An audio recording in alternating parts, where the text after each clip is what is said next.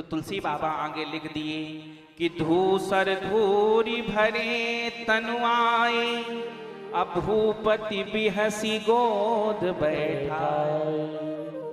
अब ज्यादा अनुसंधान करेंगे तो समय बहुत हो जाएगा, लेकिन इस चौपाई का भी एक बड़ा सुंदर अनुसंधान संतों ने किया है। इसमें तुलसी बाबा लिख रहे हैं कि धूसर धूरी भरे तनु आए। अच्छा आप ये बताइए, आजकल बड़े बड़े लोगों के यहाँ घर के अंदर चले जाओ, इतना सुंदर मार्बल लगा होता है कि चेहरा दिखता है, सही है ना? तो उनके अंदर घर के अंदर धूल नहीं रहती, पर राजा चक्रवर्ती सम्राट हैं जिनके घर में हीरे मणि जवाहरात चमक रहे हैं धरतियों पर, खम्भों पर, वहां धूल कहां से आ गई भाई? राम जी वहां धूल में कहां से दूसरित हो रहे हैं?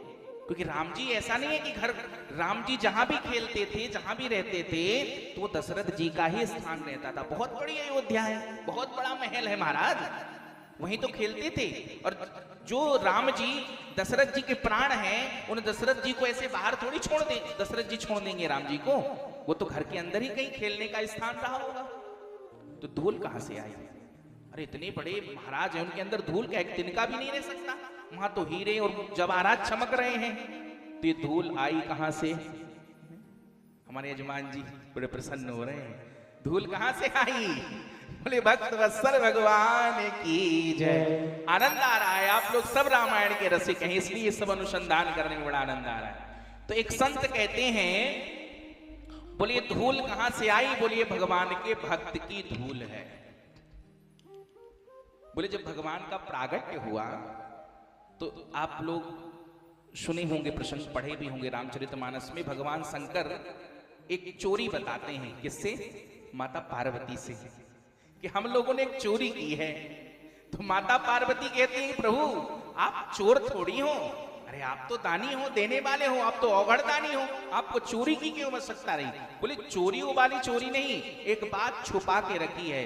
आपसे चोरी की है, दुनिया से चोरी नहीं की, क्योंकि आप मेरी धर्म पत्नी हैं और आपसे कोई बात हमें छुपाना नहीं चाहिए, लेकिन हमने वो बात छुपाई है इसलिए चोरी कह रहा हूं। बोले मैं और काकभूषुंड जी दोनों भगवान के दर्शन करने अवसर पर जाते रहते थे। जब अवसर लगता था तो एक बार देखा कि राम जी माता कौशल्या और दशरथ जी से थोड़ा सा दूर अपने मित्रों के साथ खेल रहे हैं। और कौन सा खेल खेल रहे हैं? बोले लुका छिपी का खेल खेल रहे हैं। राम जी छुपे हुए हैं और उनके मित्र जो है, एक मित्र ढूंढ रहा है और अन्य मित्र भी छुपे हुए हैं। तो हमने देखा कि राम जी एक मंदिर पर कोटा बना था, सुंदर हीरे जवाहरात चमक रहे थे, तो वहीं राम जी बाल स्वरूप राम जी छुपे थे।